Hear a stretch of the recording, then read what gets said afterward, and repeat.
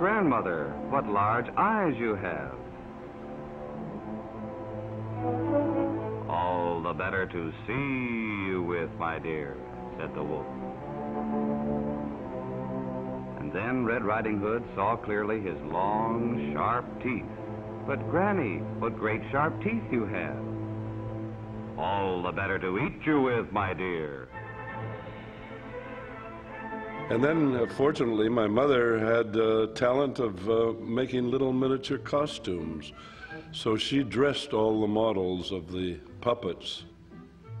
So when you have a background like that, where you have a stage set for you in the house, and you have a carpenter who can build for you, and a mother who can sew for you, my God, you have a perfect situation. I wanted to make a simplified way of changing expressions on the figures, although I didn't want dialogue.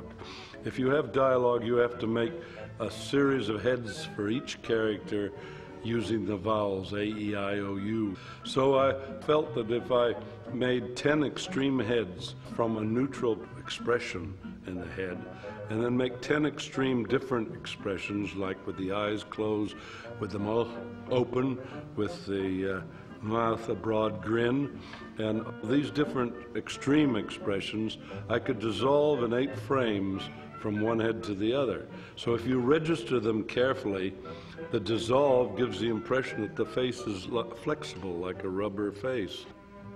Hansel and Gretel was next. Originally, Ray had planned to include 10 or 15 titles in the series, but each new film was more technically sophisticated than the last. Rapunzel's hair, for instance, may have been an invitation to her prince, but it was a real challenge to the young animator. He found he was spending up to 4 months on each of these little films. If he were to do a long series, it would consume years of his life. Everything greedy King Midas touched turned to gold. Everything Ray touched turned to more time-consuming hours on a project with limited rewards. He decided to make just one more of the little films. The Tortoise and the Hare would have rounded his series off at an even half-dozen, and Ray thinks it would have been the best of them all. But he completed only a couple of minutes worth of footage, seen here for the first time, when Ray received a call from Willis O'Brien offering him the chance to work with his beloved mentor on a feature film. That was Mighty Joe Young. He made this conceptual drawing for it in 1946. 3 years before it was released. In reality, of course, Mighty Joe was Teeny Joe. He was a little model about 12 inches high. I helped Obi design him, and Marcel Delgado built the exterior. Ray estimates that he animated about 85% of Joe's sequences.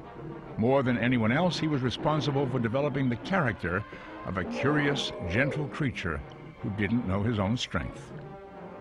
I felt the best way to do it was to give him one idiosyncrasy, that every time he got angry, he would pound the ground with his fist.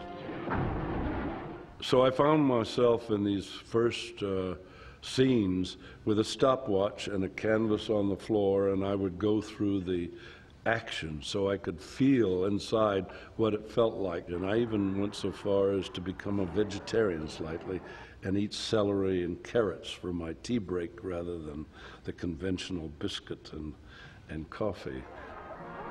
Like Kong before him, Joe was brought out of the wild to work in show business. The one-time heavyweight contender, Primo Carnera, was the easily sunken anchor of the tug-of-war team.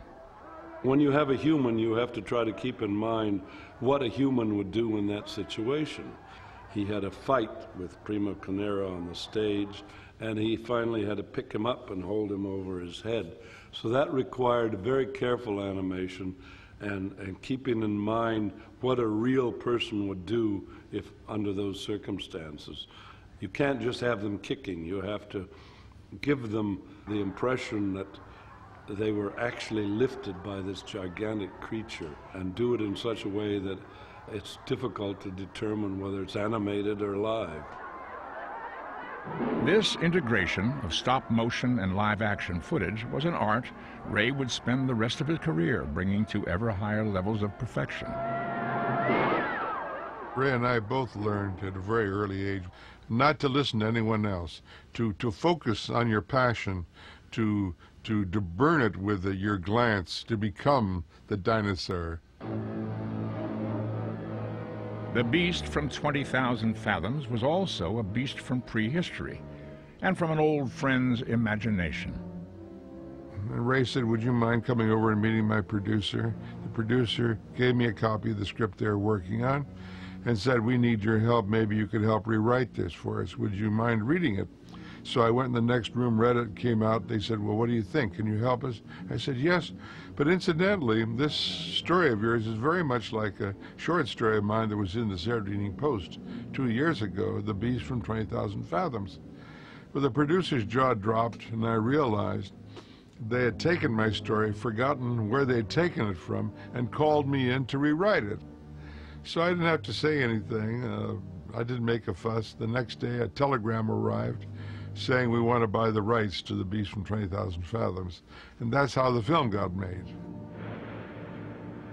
And I was walking along the shore one night, and I came upon the ruins of the old Venice Pier and the serpentine spinal cord of the roller coaster.